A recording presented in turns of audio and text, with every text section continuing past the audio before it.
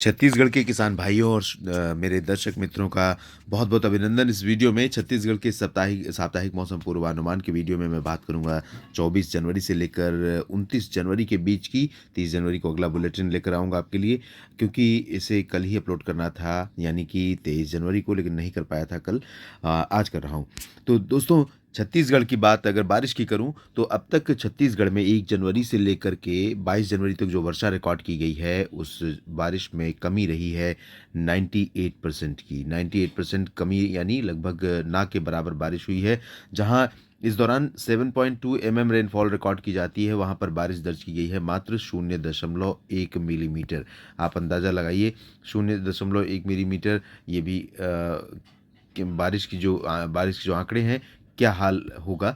ज़रूरत जहाँ बारिश की है, जहाँ पानी की है, सिंचाई की है, जो किसान भाई बारिश के पानी पर निर्भर हैं, फसलों के परिपक्व होने की इस अवस्था में उनको नुकसान उठाना पड़ रहा है। तो इस सप्ताह कैसा मौसम रहेगा, आइए जानते हैं।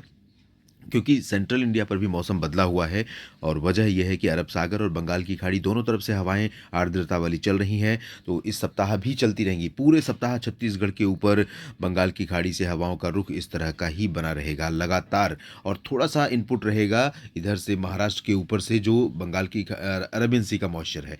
तो इस मॉइस्चर के चलते अनुमान यह है कि बीच बीच में छत्तीसगढ़ के ऊपर बादल तो दिखाई देंगे ज़्यादातर जगहों पर, लेकिन वो बादल बहुत डेंस नहीं होंगे और वो बादल बारिश देंगे ऐसा लगता नहीं है, कम से कम 24 जनवरी से लेकर 24, 25, 26 और 27 जनवरी के बीच में। तो इस दौरान मेनली ड्राई वेदर ही एक्सपेक्टेड है पूरे छत्तीसगढ़ में। तापमान मिनिमम और मैक्सिमम दोनों बढ़ गए हैं। और अगर बारिश की बात करूं, बारिश की उम्मीदों की बात करूं, तो 28 और 29 जनवरी के दिन कुछ बादल ऐसे आ सकते हैं जो डेंस होंगे, यानी घने बादल आ सकते हैं। और इन घने घने बादलों से थोड़ी सी संभावना बन सकती है 28 और 29 को कबीरधाम, कवर्धा से लेकर सरगुजा, जशपुर के बीच में ऊपरी हिस्सों में, ये वाले जो रीजन है, इन भागों में लाइट रेन या बूंदाबांदी की संभावना बन सकती है। और इसी तरह की संभावना बन सकती है थोड़ी बहुत ये जो दक्षिण पूर्वी क्षेत्र है, महासमुंद और भाटापारा से लेकर ये कोंडागांव के बीच, ये वाले जो रीजन है, इन भागों में थोड़ी बहुत वर्षा की संभावना बन सकती है। रायपुर और बालोद, बेमेतरा, राजनांदगांव, इन सभी भागों में, जांजगीर चांपा, इन सभी क्षेत्रों में फिलहाल बारिश की उम्मीदें बहुत कम नज़र आ रही हैं। लेकिन 28 और 29 जनवरी के दिन हम रूल आउट नहीं कर सकते, क्योंकि बादल जिस तरह के दिख रहे हैं आने वाले समय में, 29 और 30, 28, 29, 30 जनवरी के दिन, उस दौरान अनुमान ये है कि थोड़ी बहुत वर्षा हो सकता है कि रायपुर में भी हो जाए बूंदाबांदी, हो सकता है कोरबा और बिलासपुर में भी हो जाए।